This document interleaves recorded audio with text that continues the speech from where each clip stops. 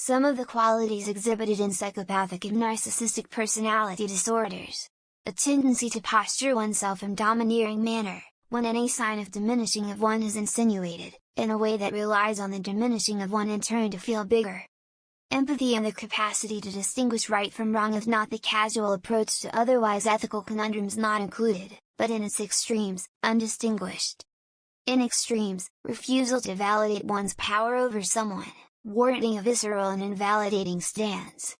Even possessiveness over one's thoughts, and an insecure incapacity to exist as an observing patron to their own lives in the meantime.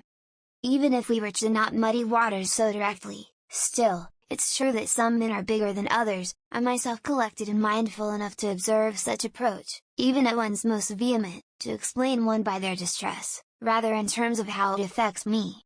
It would be that during the time when we were peripherally accentuated, my nature was anything but predatory. Does this commentary in literacy reflect the kind of person who's only as simple as the domineering, the raping, the vain, and the unconscious, the insecure? In the ways the mulleted, mustachioed figures of control and distaste might exhibit, I guess?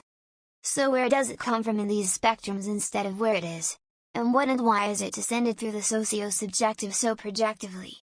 They are often archetypal compared to what yesterday was concerned with, if not the thought-forming forefront itself self-confirming at the seat of its pants, but the seeing what we think we see bearing much more implication.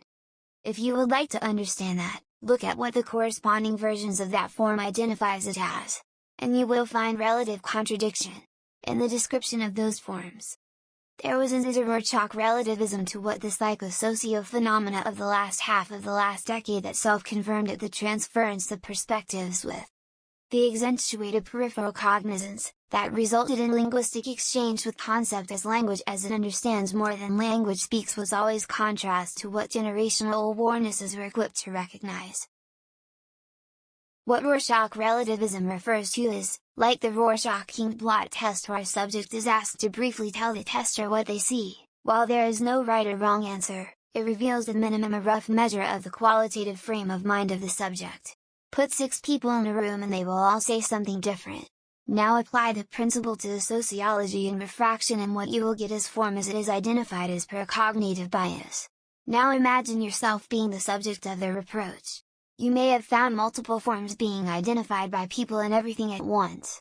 If you happen to be qualitatively comprehensive enough, you could probably identify this. But as per the record's official reasons for where a monster is, truth would have it that remains up in the air most of the time, if not for the fact that one existed as all and nothing at the same time.